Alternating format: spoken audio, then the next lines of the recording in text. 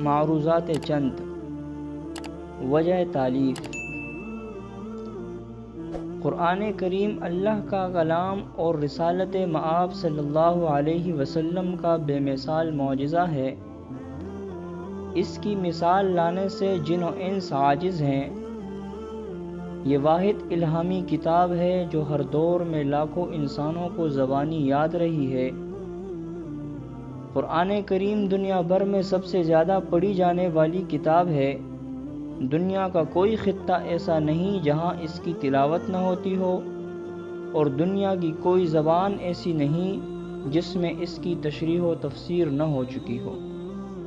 قرآن کریم کی تلاوت اور اس کے معانی میں غور و تدبر سے معاصی سے بچنا آسان ہو جاتا ہے. برے اخلاق سے جان چھوٹ جاتی ہے. عقائد حقہ دل میں بیٹھ جاتے ہیں. اخلاق حسنہ سے متصف ہونے کی توفیق مل جاتی ہے. باطنی دنیا انوار الہی سے جگمگا اٹھتی ہے. قرآن کریم کے سب سے بڑے عاشق صاحب قرآن حضرت محمد صلی اللہ علیہ وسلم اور آپ کے صحابہ تھے. ان کے شب و روز کا بہت بڑا حصہ قرآن کریم کی تلاوت اور اس میں غور و فکر کے لیے مختص تھا. ان کا سب سے بڑا کمال یہ تھا کہ ان کی زبانوں سے لے کر ان کی سوچوں تک اور ان کی سوچوں سے لے کر ان کے اعمال تک، اور اعمال سے لے کر گھروں، دکانوں، میدانوں اور حکومتی ایوانوں تک ہر جگہ قرآن ہی قرآن تھا. وہ صرف قاریان قرآن ہی نہ تھے بلکہ حاملان قرآن اور عاملان قرآن بھی تھے. ان کی زندگیاں قرآن کریم کی چلتی پھرتی تفسیریں تھیں. نو مسلم ان کی زبانوں سے قرآن کے الفاظ سنتے تھے اور ان کے کردار و عمل کو دیکھ کر قرآن مجید کے معانی اور مطالب سمجھتے تھے. آج ایسے لوگ کم دکھائی دیتے ہیں جن کے اخلاق اور شب و روز کو دیکھ کر قرآن کے اوامر و نواہی یاد آتے ہوں. خوش الحانی سے قرآن پڑھنے والے بہت ہیں، لیکن ان کی تلاوت حلق سے نیچے نہیں اترتی. جب کوئی آیت سینے سے نہیں نکلے گی تو دوسرے سینوں میں وہ کیسے اترے گی؟ نتیجہ صاف ظاہر ہے کہ لوگ محافل قرات میں تو قرآن سنتے ہیں، وجد میں بھی آتے ہیں، سبحان اللہ ماشاء اللہ کی آوازیں بھی بلند کرتے ہیں، لیکن ان کی زندگیوں میں کوئی تبدیلی نہیں آتی. تبدیلی آئے بھی تو کیسے؟ وہ تلاوت تبدیلی لانے کے لیے ہی نہیں سنی گئی. اس کا مقصد داد و تحسین کا حصول تھا اور وہ حاصل ہو گئی. مسلمان قرآن سے بہت دور چلا گیا ہے. شاید اسی لیے اللہ کی رحمت بھی اس سے بہت دور چلی گئی ہے. اس نے قرآن سے کیا منہ موڑا؟ عزت، حکومت، خوشحالی، امن، سکون، تحفظ و محبت اور رحمت، ہر چیز نے اس سے منہ موڑ لیا ہے. ان چیزوں کے حصول کے لیے وہ غیروں کی نقالی میں مصروف ہے. ان کی بہت سی غلاظتوں کو یہ اپنے سینے سے لگا چکا ہے اور باقی کو لگانے کے لیے تیار بیٹھا ہے. لیکن کعبہ کے رب کی قسم، قرآن سے تعلق استوار کیے بغیر اسے اس کی گمشدہ نعمتیں حاصل نہیں ہو سکتی. یوں تو قرآن کریم سے کسی بھی نوع کا تعلق فائدے سے خالی نہیں، لیکن رب کریم نے جو برکات اور ثمرات ایمانی عقیدت و محبت اور معانی میں غور و تدبر کے ساتھ اس کی تلاوت میں رکھے ہیں وہ کسی دوسری چیز میں نہیں. لیکن یہ ایک افسوسناک حقیقت ہے کہ آج کل عوام تو عوام خواص بھی کما حقہ قرآن کی تلاوت نہیں کرتے.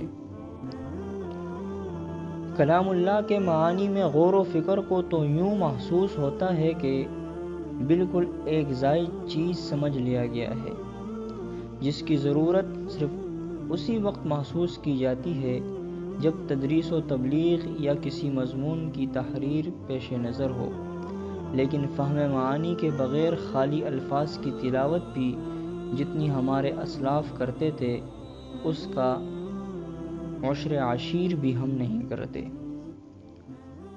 اوروں کو تو چھوڑیے، حفاظ کرام بھی رمضان المبارک کے علاوہ قرآن کریم کو ہاتھ نہیں لگاتے، جس کا نتیجہ یہ نکل رہا ہے کہ اکثر حفاظ کو قرآن کریم پختگی سے یاد نہیں۔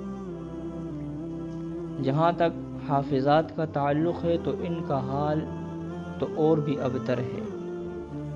مجھ ناچیز کا جو ناقص سا تجربہ ہے وہ یہ ہے کہ 100 میں سے 90 حافظات کو قرآن کریم پختہ یاد نہیں ہے، بس حصول سعادت کے لیے دھڑا دھڑ بچیاں حفظ کر رہی ہیں، لیکن فراغت کے 2-4 سال بعد ان کا یہ حال ہو جاتا ہے کہ ایک ایک پارہ میں 20 اور 30 غلطیاں آتی ہیں، اور بعض کا حال تو اس سے بھی برا ہوتا ہے۔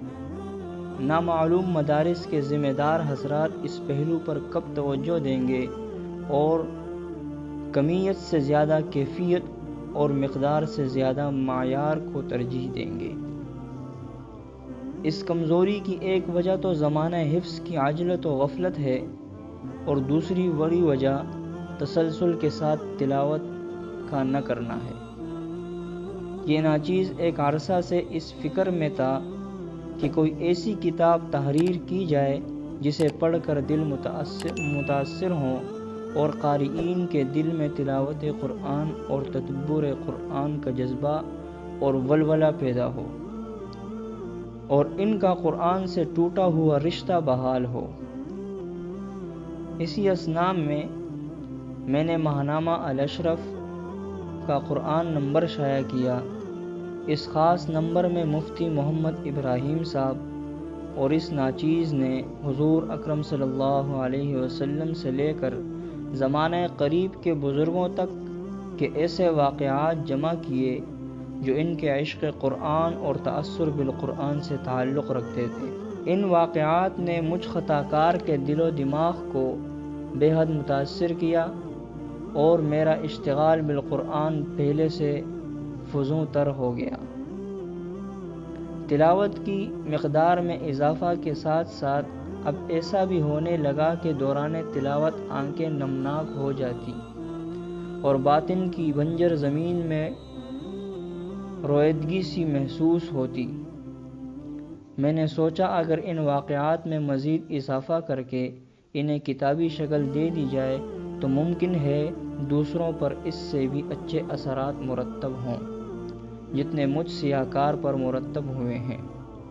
چنانچہ میں نے الاشرف میں شائع شدہ مضامین کو بنیاد بنا کر دوسری کتابوں کے مطالعہ سے مزید واقعات کا اضافہ کر دیا۔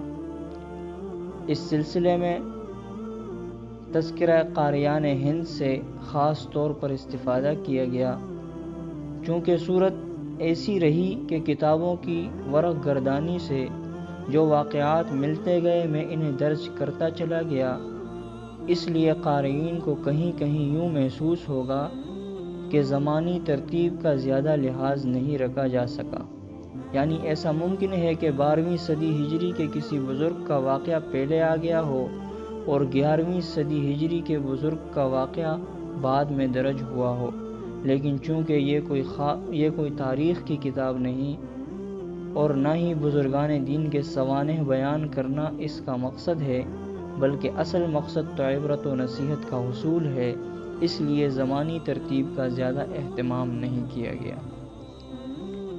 جن کتابوں سے یہ واقعات لیے گئے ہیں ان کی زبانی کہیں کہیں مغلق تھی اور بعض کے اسلوب میں طوالت تھی، اس لیے اصل مقصود کو برقرار رکھتے ہوئے مغلق الفاظ کے بجائے آسان الفاظ استعمال کیے گئے ہیں اور طوالت کو اختصار میں بدل دیا گیا ہے۔ ایک کام اس ناچیز نے یہ بھی کیا ہے کہ بعض واقعات کے آخر میں فائدہ کے عنوان سے اس واقعے سے حاصل شدہ سبق اور نصیحت کی طرف متوجہ کرنے کے لیے چند باتیں اپنی طرف سے لکھ دی ہیں۔ ہے تو یہ مخمل میں ٹاٹ کا پیوند لگانے والی بات، لیکن جو کچھ لکھا گیا ہے وہ جذبہ خیر خواہی سے لکھا گیا ہے، اور امید ہے کہ اسی نظر سے اس کا مطالعہ بھی کیا جائے گا۔